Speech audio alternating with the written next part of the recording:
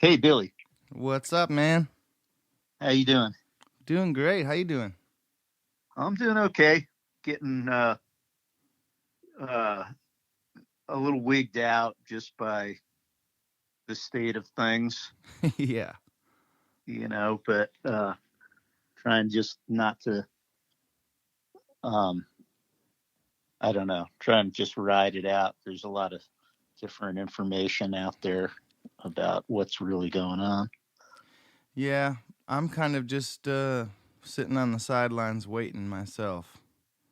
Uh-huh. So you haven't been? Have you been doing a lot of like online stuff? Yeah, I mean, a little bit. I've done a couple little stream like concerts from my living room. Yeah, right. I heard about that. I didn't get to check them out, but I heard you were doing that. Yeah, I did like a couple of those and been, sending stuff over to like little whatever kind of outlets and stuff. Hmm. Recording a couple tunes here and there and sending it over and stuff. But yeah, it's a real change of pace for me. I've, Yeah. I was like, we were at the point where it's like we're just road dogging hard, and um, so yeah, big change of pace. But it's kind of nice, man. I've been, uh, just hanging around the house and tinkering on my cars and Uh-huh. just Yeah. Nobody can. It's like a forced break from your crazy schedule. yeah. That's good. That's good. And there's good days and there's bad days. I mean, some days are great. I'm like, holy shit, this is awesome. I just slept in and wake up in my own bed, and I can go drive around or you know just hang around the house, and it's like, holy shit, this is kind of, it's like when we're on the road, this is what we've always wanted. Hmm. you, you Yeah. know, Right. For but sure. I feel like no matter what you're doing, if you're on tour for a couple months, you're like, God, I wish I could go home. And then when you're home for a couple months, it's like, I wish I was on tour. Right. So where are you hanging out? I'm in Denver at the moment. Yeah. My wife and my kids are both living in Denver too. Mhm. So we're in the city, which the city's a lot more fun when you can cruise around and do stuff and take advantage of all the great restaurants and the things that are going on. Mhm. Um, but when you're like in lockdown, it's not as much of a fun place to be. Yeah, I hear you. So, um, we're we're hoping to get out to Kauai here pretty soon, and stay out there for a while. Yeah, I was gonna say, man, that would be nice, and I know you spend some time out there. I went this last January, I think it was in January. I went to Hawaii for the first time, and Hmm. it was just amazing. Yeah, Yeah. we were on Oahu, and we went up to the North Shore and got some surfing in, and um, just incredible. I really want to get back there as well. I didn't know you were a surfer. Well, neither did I. Did you just start? Yeah, I mean, I've only been, that was my first time, and we got lessons, so we went out for like a day, and it was really cool. I stood up on some waves, and um wow, what a feeling. Sweet. I have some friends out there that are, grew up surfing and are hopefully going to take me out and get me up on the board. I paddleboard a lot, but and I've surfed a little bit on the paddleboard. Not that great yet, but I'm into it. Yeah. And also, there's a lot of musicians on the island. Mhm. There's a lot of there's a whole group of bluegrass pickers out there, bluegrass, reggae, what do you call it, Hawaiian Mhm. style, and yeah, I've been hanging out with them a lot, Man, that's and I awesome. do out there, so hopefully I can get out there pretty soon with my family, and and try life out on the island in this Yeah, man. situation that we're in. Yeah, I think that would be a really nice place to be. It's a different speed there anyways, you know. Yeah, for sure.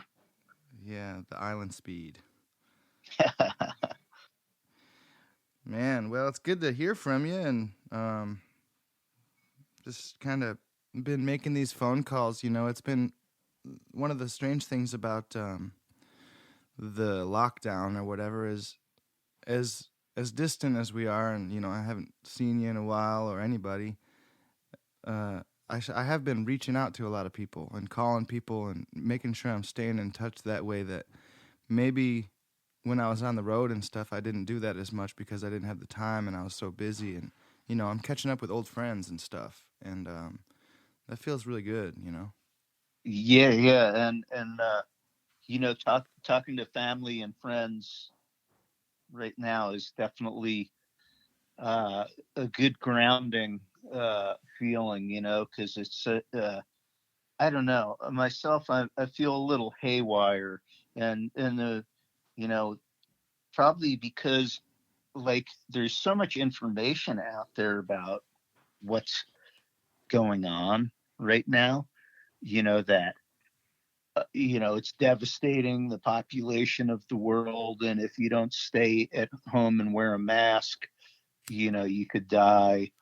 And then there is other people that are saying that this is basically just a slightly hyped up virus that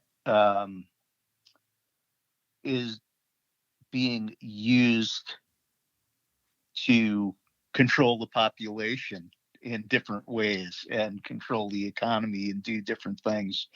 Like, so you know there's any kind of information you want is out there if you get on the internet, and the confusion is the hard part, you know, Yeah. once you're digging into that stuff. I I keep my nose kind of out of that area anyways. Like I don't watch the news a lot. I don't really, you know, if I see the headlines to the articles, but I don't click on them, and I'm like, oh shit, I already know what that's going to lead to is just um it's unhealthy for me personally. It's, you know, to like dig into that stuff. My mom, she's all about it right now. She's just reading all the articles and she's posting everything, and I'm like, "Mom, you got to get off the news, man. You got to, you know, get out into the garden and go outside and do something." Yeah, I know. It's kind of screwed me up a little bit. The more that I dig into it, the more it jerks me around, you know. Yeah, but And I mean, you want to know. yeah, but it's like there's almost as much misinformation on the news and out there as there is real information. So, Yep. you know, like you might be better off like you are, just, you know, just kind of do your thing and not get sucked into that. Yeah, that's what I've been doing, man. I've just been home and you know, working on stuff around the house, and I got these old cars that I'm working on. It's that's been like a huge thing for me, you know. I've been having so much fun with it, like learning how to work on cars, and you know, I got this old Chevelle that's like a project car, and Oh, yeah, and so, you know, I'm getting ready to like redo the suspension and shit like that, and it's just fun to, you know, get up under there and get your hands dirty, and then, you know, meanwhile making this car into like an awesome daily driver. what do you have a lift or something that you get it up on, or what? How are you working on it? I just use jack stands. Yeah. Yeah, just lift it up and get the jack stands under there. I think, I mean, I don't even have like a really nice garage or anything, but I think that's good. You know, it'll kind of keep me humble in those ways. Like, uh, even when you when you have a hoist and stuff, it's just like, I don't know, it's that much easier. I like using the jack stands and just doing it in my driveway. Feels old Nice. school. Nice. Like you would never have time to do that if you were back on your normal touring schedule, grueling Totally. tour. schedule. Yeah, Uh, absolutely. yeah, so uh, I've been doing, like meeting with the band, doing Zoom calls, meeting with the band management every week and talking about the situation and how we're going to re-enter and what we're doing. We've been doing Friday Night Cheese every week, and that's been pretty cool. And then every week, a different uh, member of the band will do some video, uh, just hosting it, from their home and stuff. So we've had fun doing that. Yeah, man. I mean, it's kind of it's interesting, we're thrown into this whole new way of trying to do things, I mean, even right now, the gear that I'm using to talk to you on, the little interface and stuff, it's like I've gotten all this stuff since March, Right. and I've learned how to use a bunch of it, the cameras and the board and all the mics and all that shit, it's like I'm not really an engineer, but I'm learning how to do this stuff because I have to. Right. Right. Yeah. And I never really did video much before, Mhm. but now that we're doing like songs where, like, we'll decide a song that we want to record, and like if it's something that I sing, then I'll have to I figured out how to I use my camera, and I use my recording system, which is Pro Tools right now, but it's better than like recording with the phone or the camera Oh yeah. microphone. And it's been really challenging, like, to I'm used to recording stuff, just audio stuff, but throw the video in there, it's a whole new thing. So I've been that's the we're learning all kinds of new skills during this time, for sure. Yeah, you start introducing the video stuff, and then it's like, oh shit. Well, now I got to worry about lighting and like, oh man, Yeah, I look like a ghost, or like, oh the lighting's bad, or like, I never. maybe I need a green screen. Yeah. But then we I'll send it back to Jason Hand, our percussionist, and he puts together he'll attach the click track to my recorded sound and the video, and he'll send to the next person in the band who will record on top of that, and back and on and on. Everybody puts down their track and does their video, and then Jason will put together the song and the different. We're in these different boxes, like people have been doing. So that's been interesting, and keeping us creating. You Yeah. know.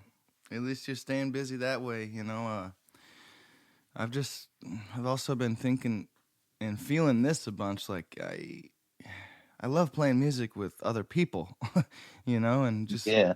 sitting around playing by myself. It's all right, but I don't know. Yeah. Yeah. I mean, it's yeah. The interaction isn't there. Yeah, and even I, even when you're doing these videos and stuff like this, you're just singing to a camera, and there is no interaction coming back the other way. And I mean, a performance is definitely, it takes two to tangle. It's like you put the energy out there that comes back to you. well, at some point there's going to be a way to stream simultaneously and play with people video, but Yeah.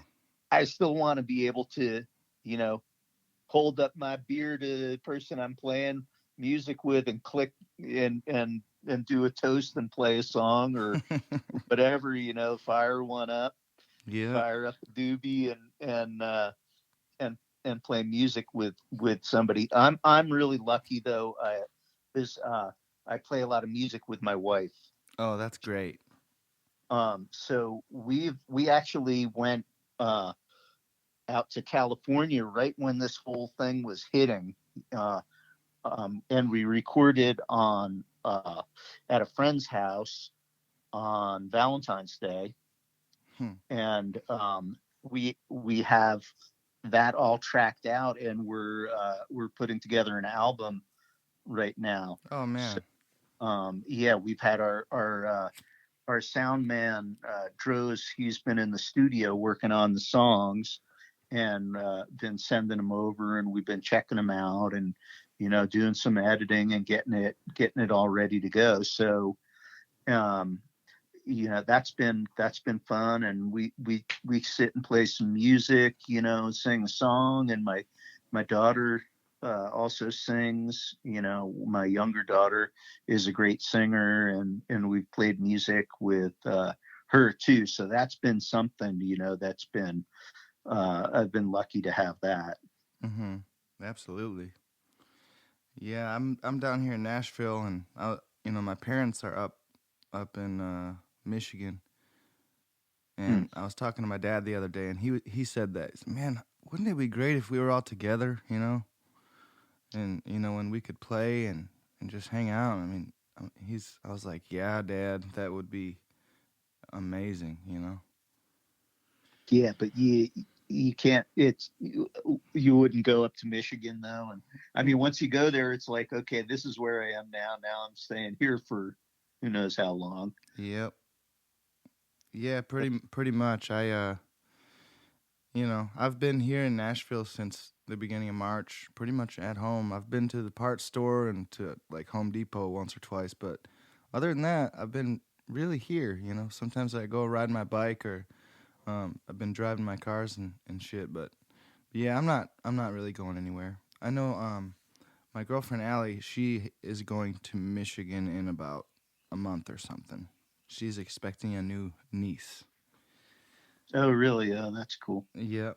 So I may tag along and go up there and maybe try to pop in and see my family or something. But yeah, it feels like weird because I haven't done anything like that. So Yeah, I know. You get kind of into this thing where it's like, well, I'm all set up here, and I'm safe, and I'm not, infecting anyone and all that, and you get kind of frozen, mm-hmm.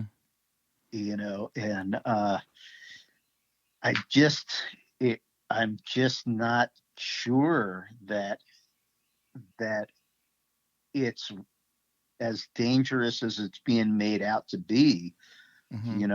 I've heard things both ways, about it, and I just watched a video from a woman who is a scientist who has uh, incredible experience and schooling, who just said that this is a virus. If you're in normal health and you're not elderly, uh, maybe you should take vitamin C, vitamin D, and zinc to help boost your immune system, Mm-hmm. and you probably would be fine, and we would build up what they call herd immunity much more rapidly.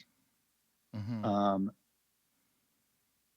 and she made quite an argument. She was a very knowledgeable person. Yeah.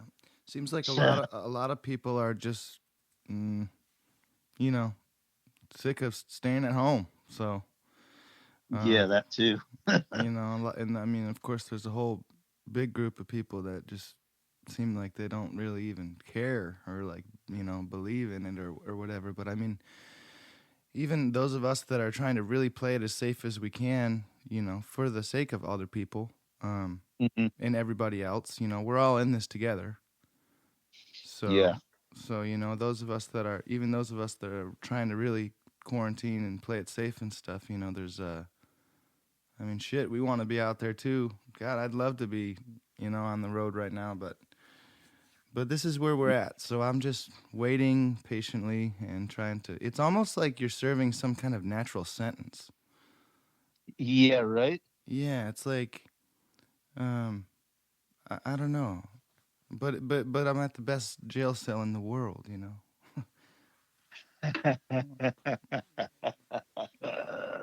Yeah, yeah. Well, I've been playing it safe, and my family has too.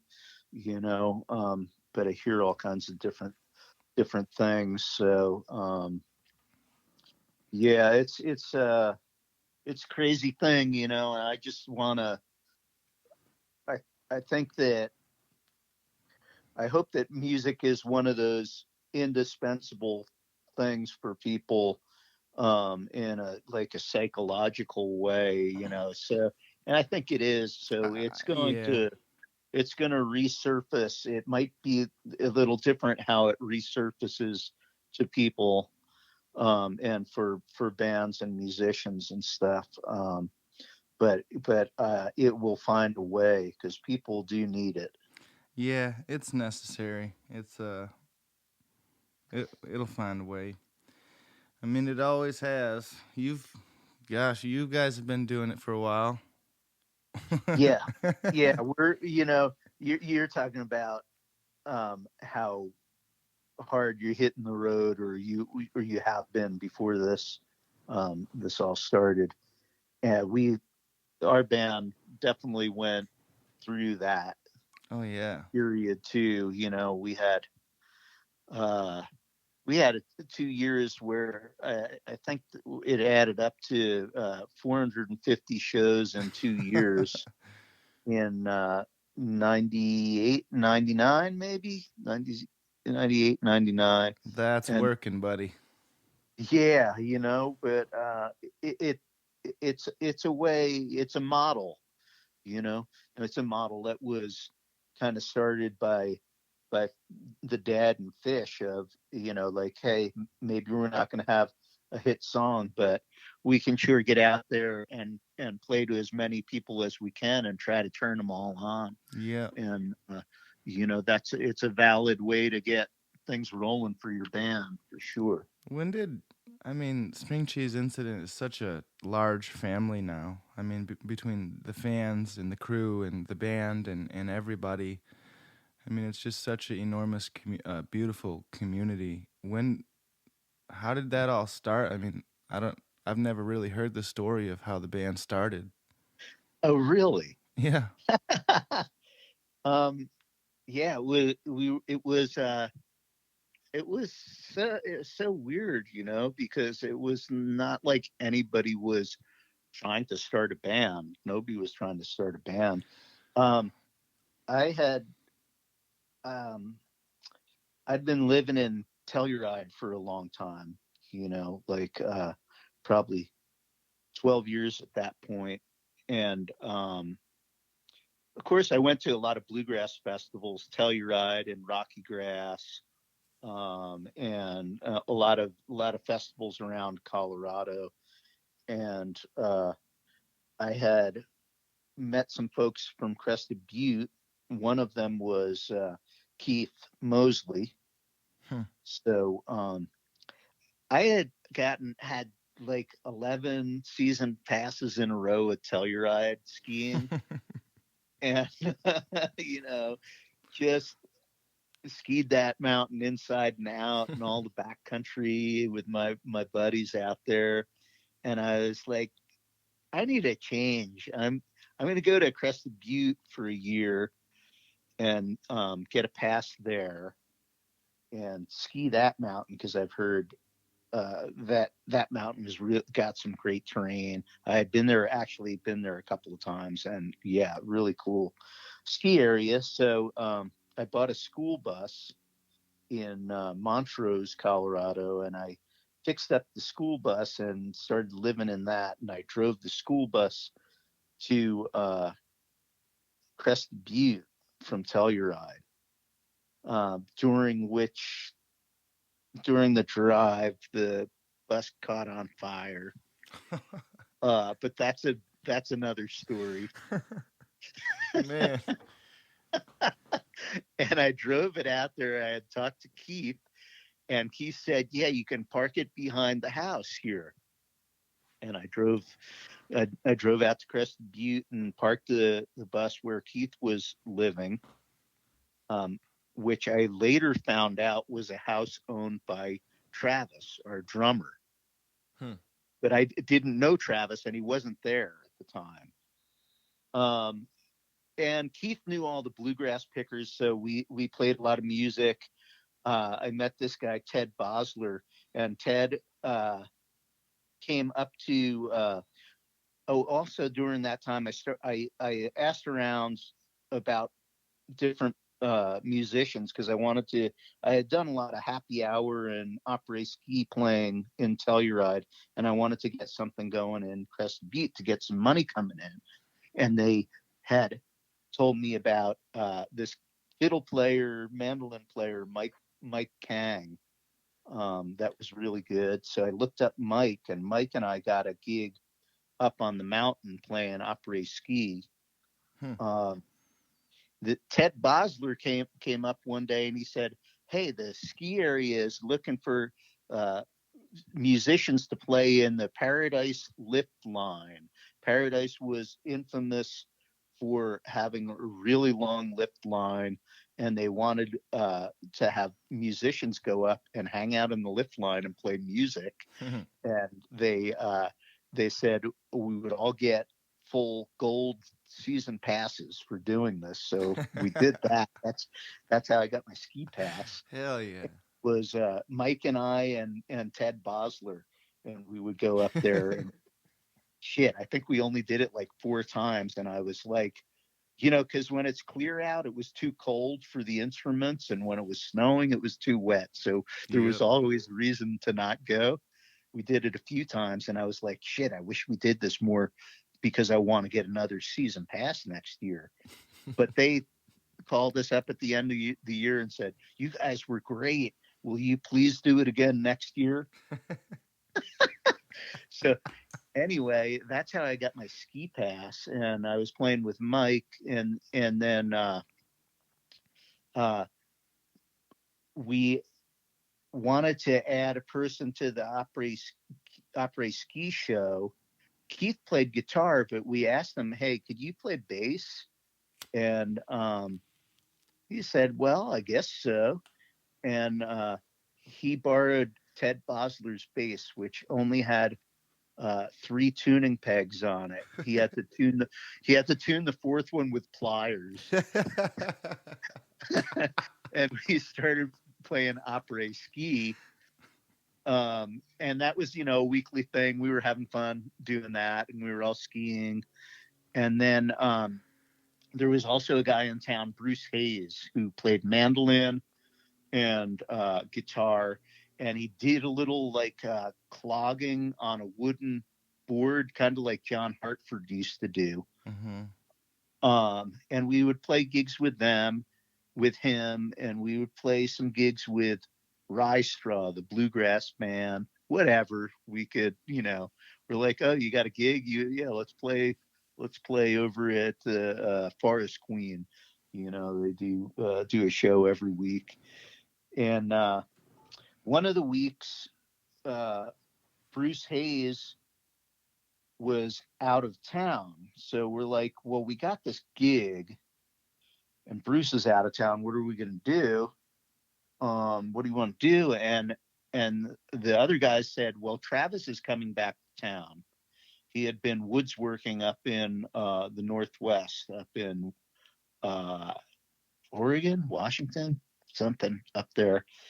And he came back to town. He played congas. So we me and Keith and Kang and Travis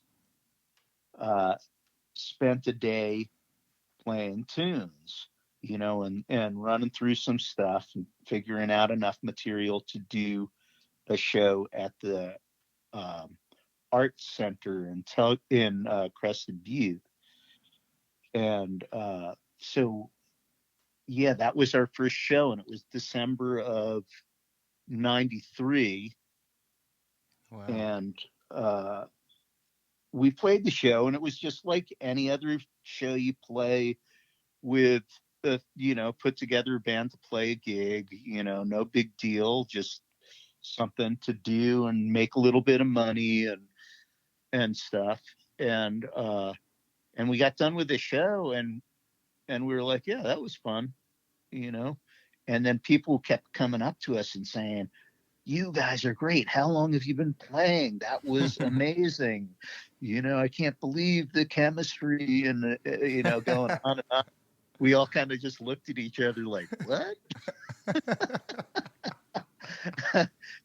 and really, so we started out as the four of us, and really that's what keeps us going now still is like, response from people and the energy that we get back from the crowds. I know you feel that too when you play your shows, and without that, who knows if you keep going or not, but when you get that back, then you have more reserves to put out, and it becomes this circular thing. So totally. We said, let's, and then Bruce came back to town, and we had another gig, and everybody was scratching for money back then.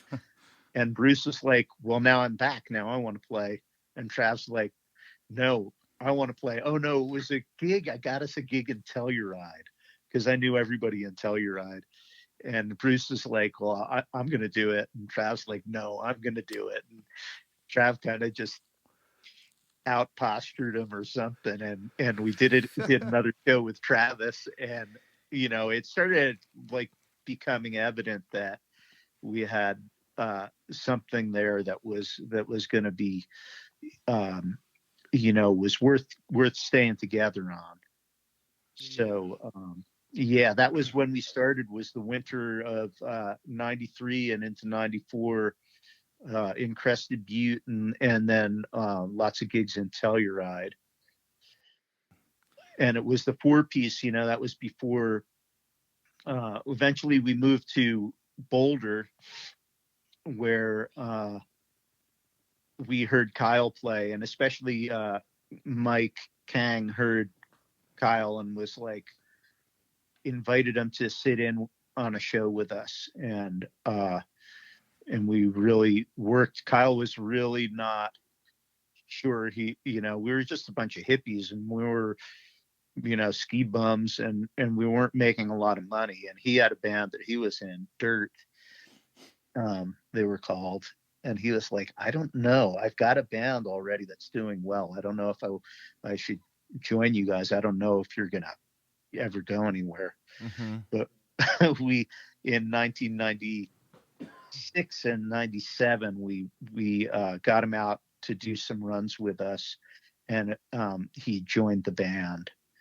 Yeah. And then later, Jason joined in 2005 or something like that.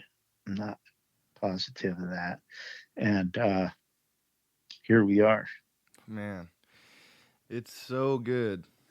I know you, it's like, the stuff you've done, and you know how it is to be on stage and stuff, but it's your own kind of personal experience. And from an outsider's perspective and an audience member, what an amazing band that you guys have. And especially, when I've got to actually play music with you guys and, be up there and kind of feel that, it's like, wow, it's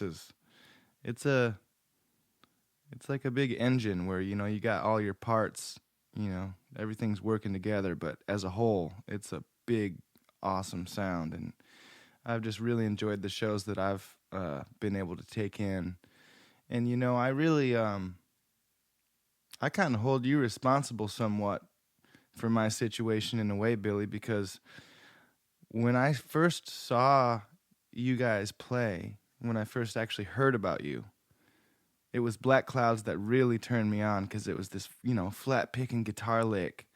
And it's like, and I saw this video of you guys playing at Red Rocks in front of thousands of people. And I was like, at that time, I had no idea that there was any sort of scene amongst a younger crowd. I mean, I was a bluegrass boy. Like I would go to the little festivals that had 300 people, and you know, everybody brought their campers, and we never made it to the stage because we were picking in the campground all night. Nice. I had no idea that there was string dusters and green sky and leftover salmon, and I had no idea about all these, you know, this whole scene. I was oblivious to until about shit, probably about 2011 or 2012. Wow.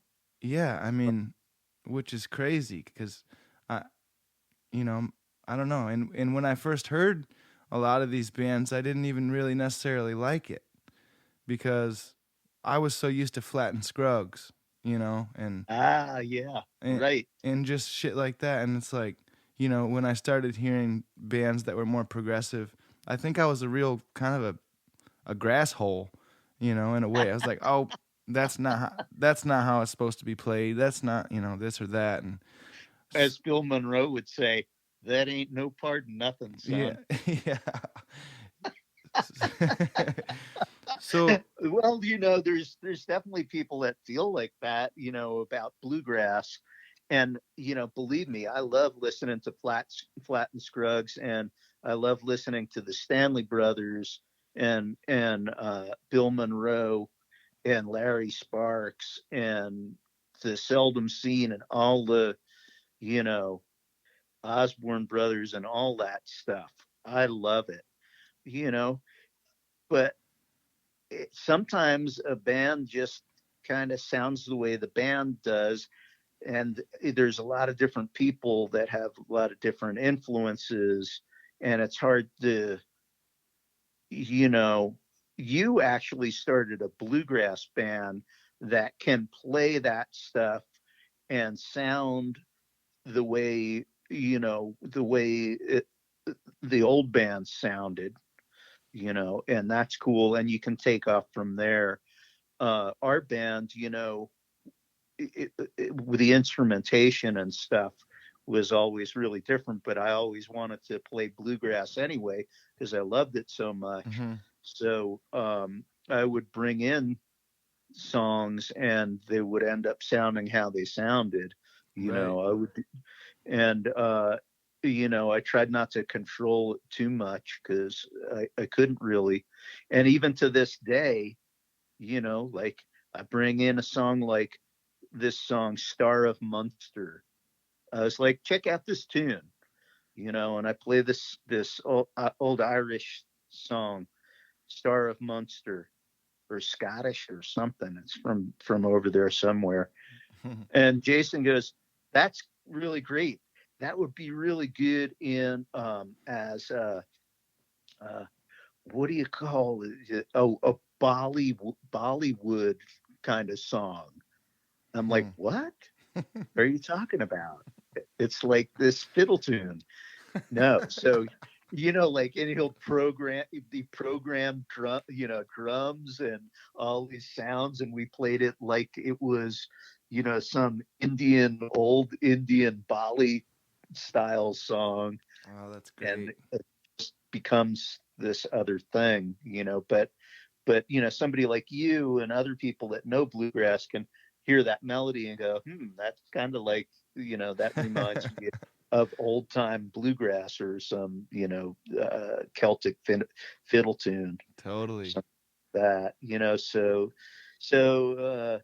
and there were a lot of bands that were doing innovative stuff with bluegrass instrumentation and kind of using that as a launch pad for other kinds of music, like Newgrass Revival Hmm. and Grissman, the Grissman Quintet, even Tony, the Tony Rice Unit. He was going out and doing jazz and different kind of sounds in his music too. Totally. Yeah. So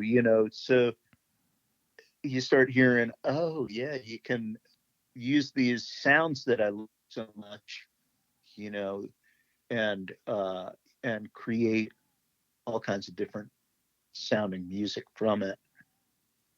Yeah, man. And you know, when I first heard String Cheese Incident, your guitar stuck out to me. It's like, wait a minute, that guy's in this awesome band playing all this kind of different stuff, but he's flat picking. Like that's a bluegrass guy up there, you know. He's you know, and it's like he's playing in front of thousands of people.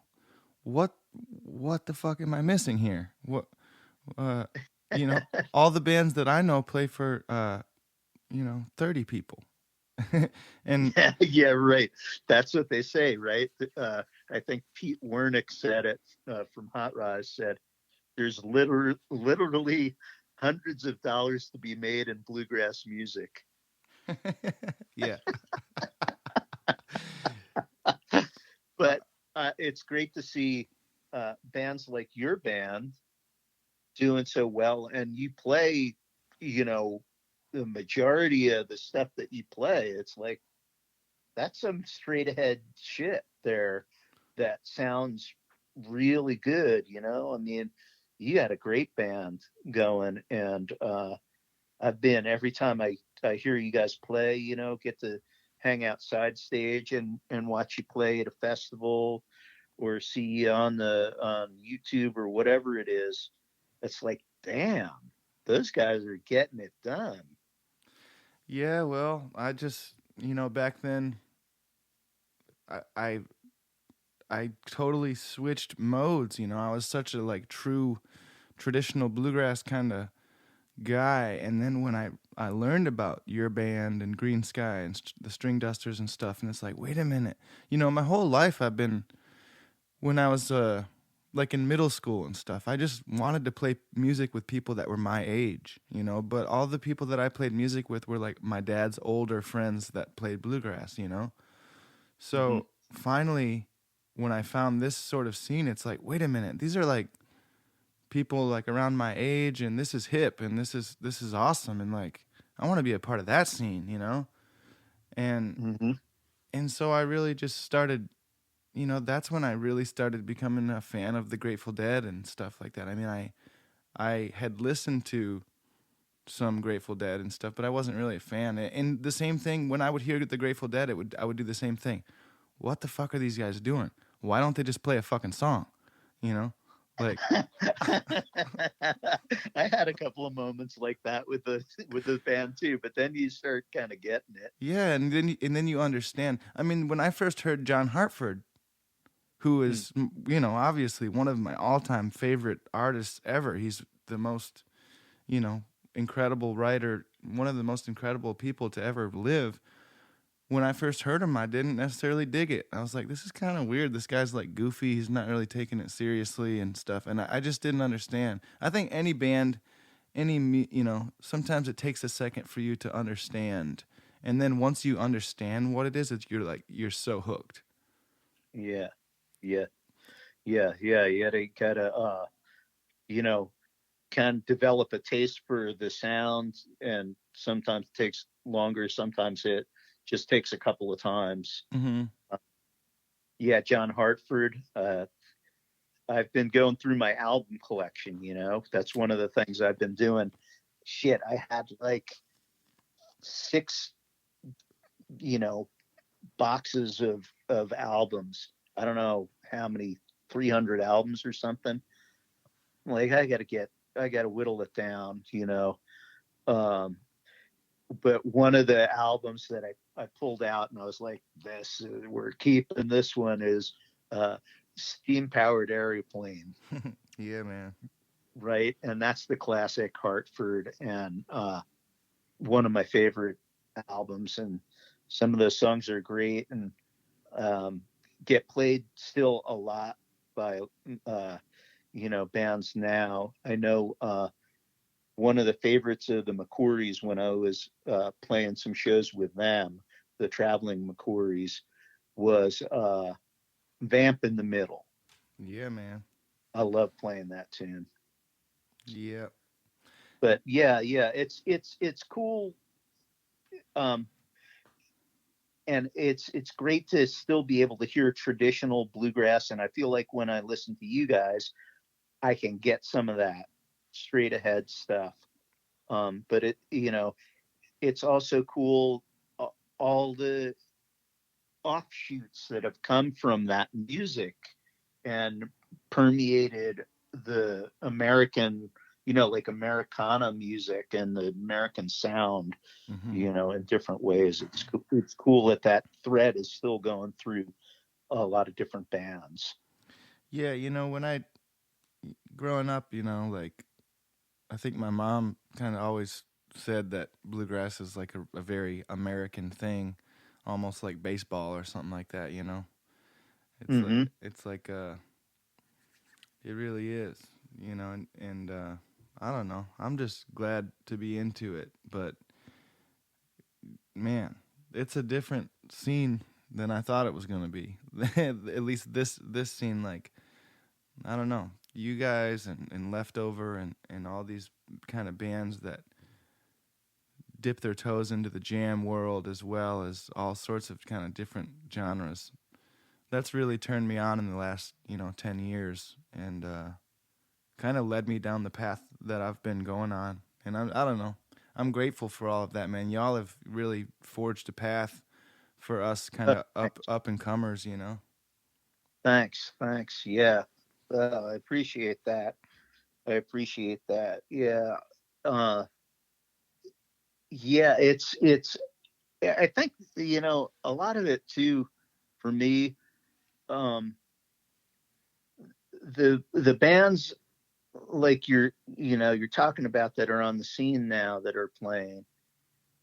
A lot of it is from people like us that have gone to a lot of festivals, you know, and you go to a festival and like Telluride Bluegrass Festival, it's not, there's bluegrass, but it's not all bluegrass. Have you Right. ever been to that? Yeah.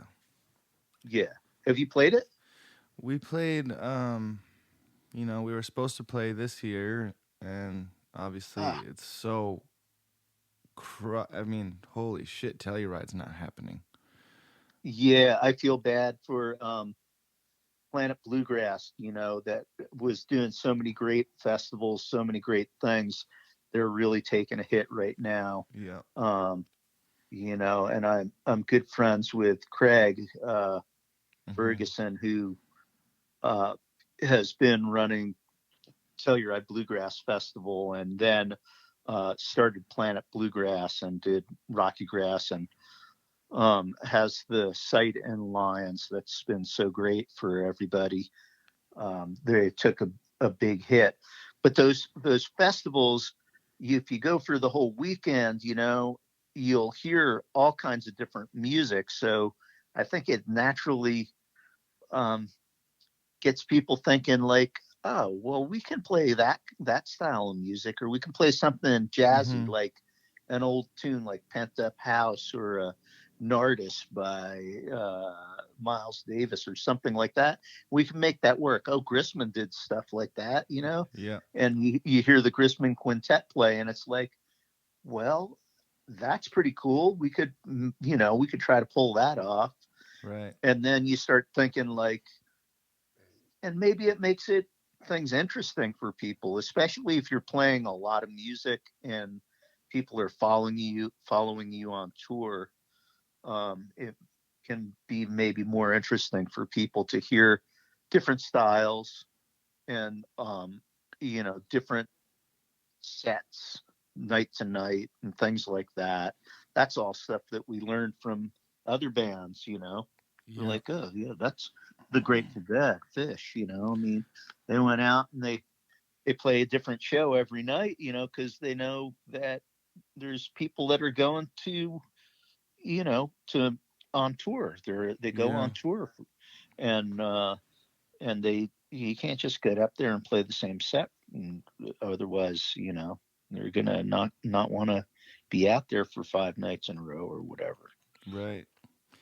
Yeah, man, and like I've picked up little stuff like that too. I mean, I've always been a sponge, but you know, when it comes to everything, I mean, when I first started coming around, back when I was like 19 years old or whatever, first started meeting David Grisman and Del McCoury and stuff like that, and just whenever I would be around those kind of people, I'm paying attention, you know, not only to how they play and sing, but how they act and, you know, treat people and stuff like that. Right. I think the McCourys have been really great friends, and they're great musicians. And Dell, you know, is such a one-of-a-kind band leader, singer, and just a regular guy. He'll sit, you know, he'll hang out with you and tell you stories all night, you know. Yeah.